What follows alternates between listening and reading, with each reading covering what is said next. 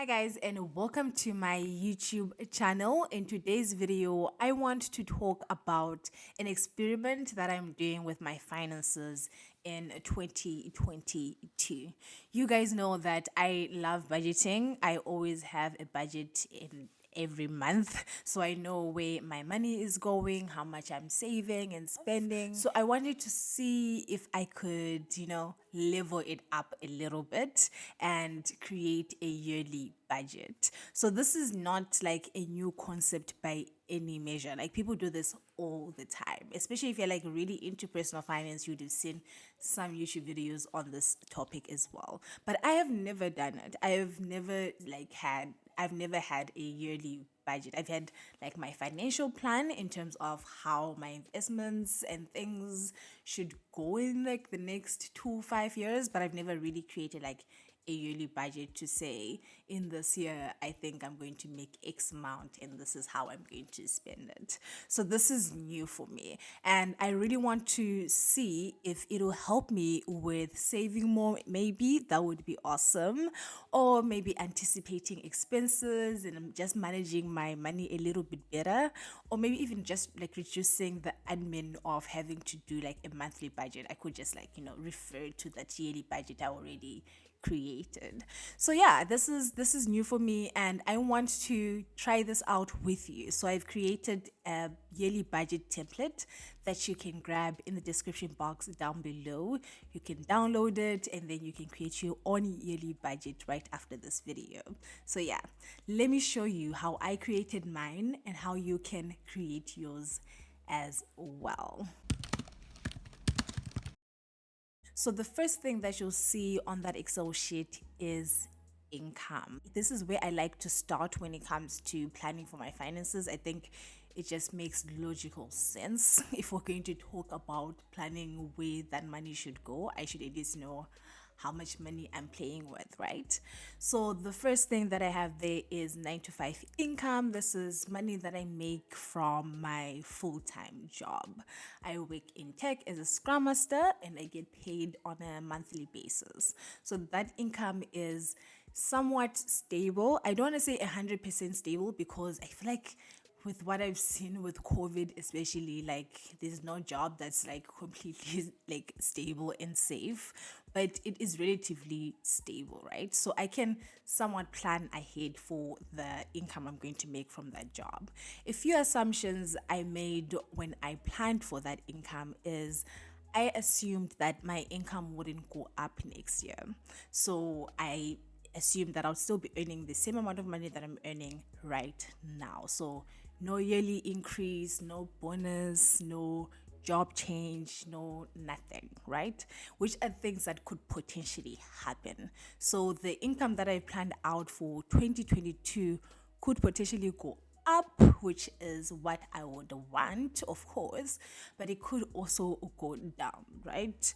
So that's just something to keep in mind. But I think you can relatively like plan ahead for 9 to 5 income because it's relatively stable. The second type of income I've planned there is a side hustle income.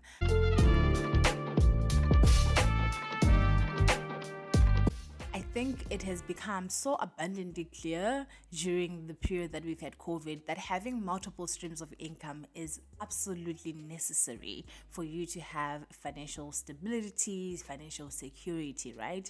Because we've seen how people can lose their full-time jobs, businesses can fail, right? So you need to have some sort of income that will help you at a time when maybe your main source of income isn't there anymore. So this for me is my side hustle. And this is something that I'm always trying to build because I know that the more I build it and the more I invest in it, the more money I can actually make at the end of the day from it.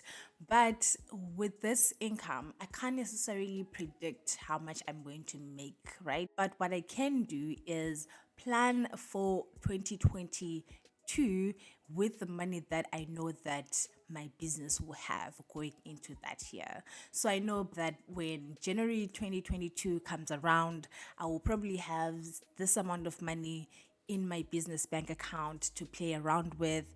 And that is what I have used to plan for the next few months of the beginning of 2022. And I think that just helps me personally because I don't like predicting how much I'm going to make. With that being said, I do have goals in terms of how much I would like to make. And I always increase the goal based on how much I made the previous year. So I try to like set goals like that. By the same time, I make sure that I remind myself that I am not necessarily completely in control of how much I'm going to make that year. But I have the goal, but I don't try to predict how much I'll make. I hope that makes sense. So that is how I've planned out my yearly income. And for me, I only have like those two sources of income currently. I do earn money from like dividends and things like that, but I don't count it here because I'm not necessarily tapping into those things. Like my dividends are just reinvested, so I'm not going to count them here because they're not going to add to my cash flow.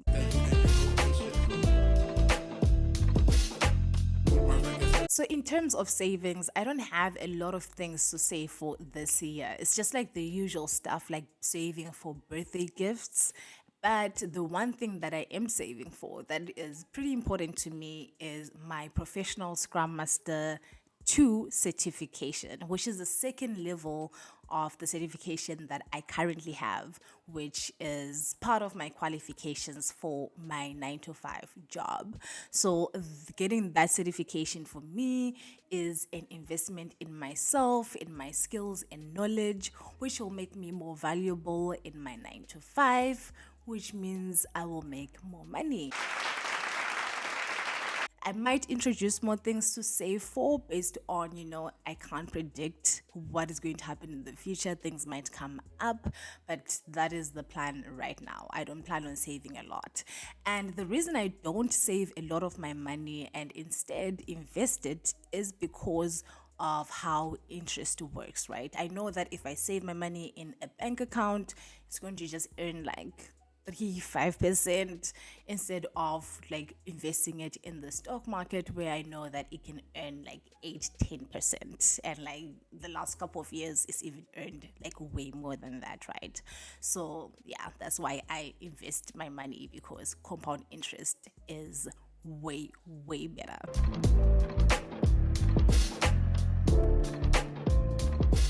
So the first investment account that is top priority for me is the tax-free savings account. I absolutely love tax-free savings account, and I know that it says it's a savings account, but it is not. It is an investment account. I do not know why they named it that way, but essentially how it works is that any money that you invest and the growth within that account is not taxed at all.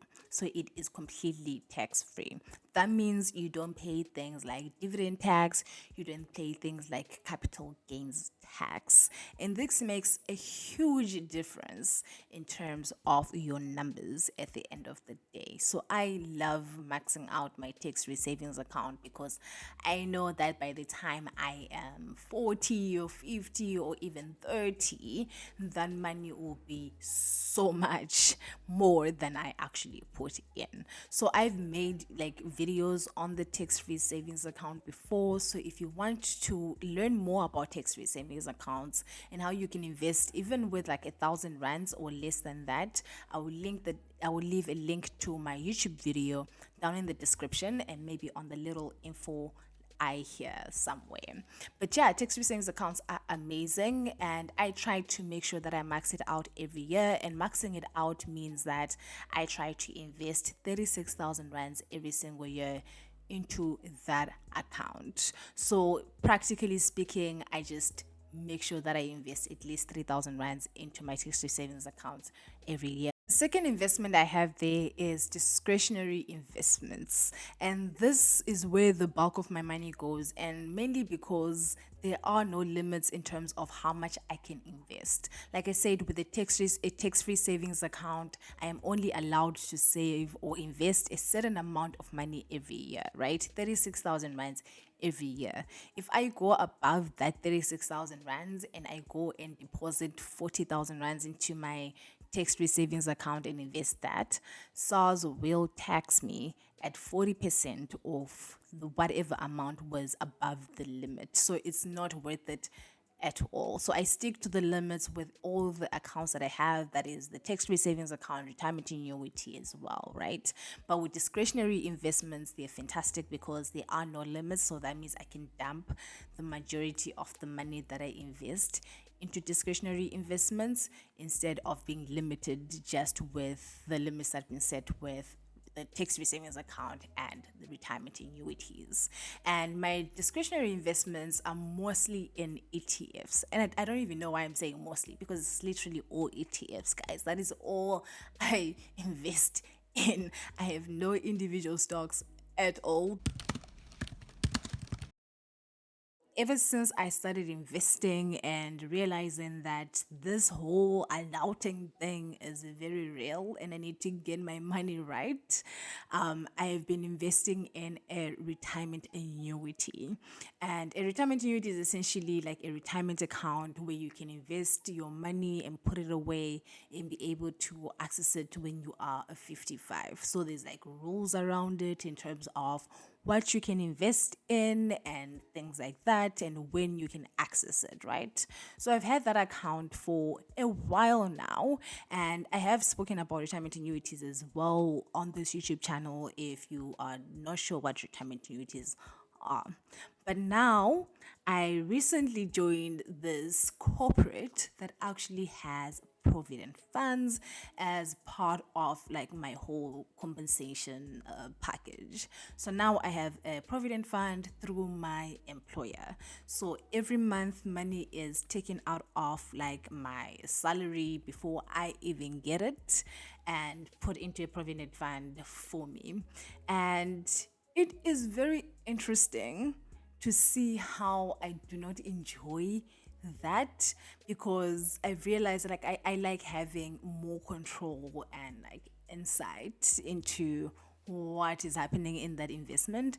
But because this is like going through a corporate, it becomes all like complicated. But I'm still learning to understand how it all works. So now I have a provident fund. So every single month, my money is going to be going in there. Like a little bit of my money every single month is going to go into that provident fund for old me one day. So one day I'll make a YouTube video all about provident funds once I also like understand them a little bit better. My expenses might look a little bit slim, but that's really because of one major reason, and that's because me and my partner have a joint account where we contribute money every single month and then we pay all our bills from that one account. So I have not detailed like rent, electricity, and all of that stuff into my personal budget, because I know that like that contribution that I make to our joint account will take care of all of that stuff for me, right? So that's why I only have home as an expense there, because that includes everything that I need to survive, all of my basics. But in the budget template that I created for you, you will be able to add more stuff there. So if you want to detail things like how much you're going to spend on your rent and your groceries and transport and all of that stuff, you can add it on the Excel sheet that I created.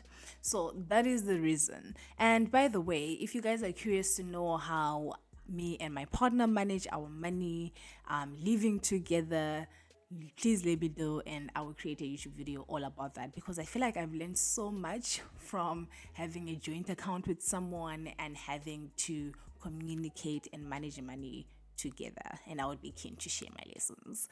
And then the other expense that I have there is family. So I send money to my grandparents every single month. It's not like a lot of money, at least not to me, but I know that it makes a difference for them. So I send them a little bit of money every single month. They know this and they expect it, because we obviously communicate in terms of how much I want to send them and how regularly they will get it. So that's one of the things I really advocate for in terms of like managing like family tax or black tax or whatever you want to call it, is communicating and having like a regular amount that you know that you can afford that you send, right? And having them also know that this is what they can expect. So that is what that line item is there, because I know that I'm going to send this every single month. So I need to make sure that it's in my budget. I don't want it to be a thing of, oh, I need to send this money. Where does it come from? You know, if I didn't plan for it,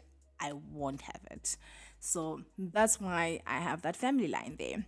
The other line item, and this is the greatest item, this is the item I love, is entertainment. So I budget for entertainment every month. I make sure I have a set amount that I know I can just blow really and not necessarily have to spend responsibly. And for me, my entertainment money usually goes to like booking like Airbnbs. It goes to food. Those are like the two things that I spend most of my entertainment money, is food and beautiful Airbnbs. And by the way, I'm actually in an Airbnb currently. Yeah, this is my entertainment, guys. But yeah, that is what the line item is for. So I have a certain amount of money every single month that I can spend on whatever I want. My fun money. I completely advocate for having fun money. I think it makes managing your finances so much better, especially because you know, like, you have some money that you can just enjoy. Any money where I get like this, any little change, now enjoyment. But yeah, guys, that is my yearly budget. Like I said, I didn't use the debt column because I don't have any debt at all. So yeah, I did not choose that one, but it is there on the template. So if you are paying off debt, you can also plan out how much you want to pay towards each debt every single month. And I think that will really help you in like your debt payoff process as well, in terms of becoming debt free. But I hope that this helps you also plan your finances for the year, for the month, or even just start thinking about how you manage your finances, because I think budgeting is such a powerful tool in helping you achieve your financial goals and building wealth. But yeah, that is all that I had for today's video, guys. Please let me know if you found this video useful. I will leave a link down below to the budget template, like I said. But until I see you on my next video, guys, let's chat in the comments and over on Twitter and Instagram. Thank you so much, guys, and I will see you in my next video next week. Bye.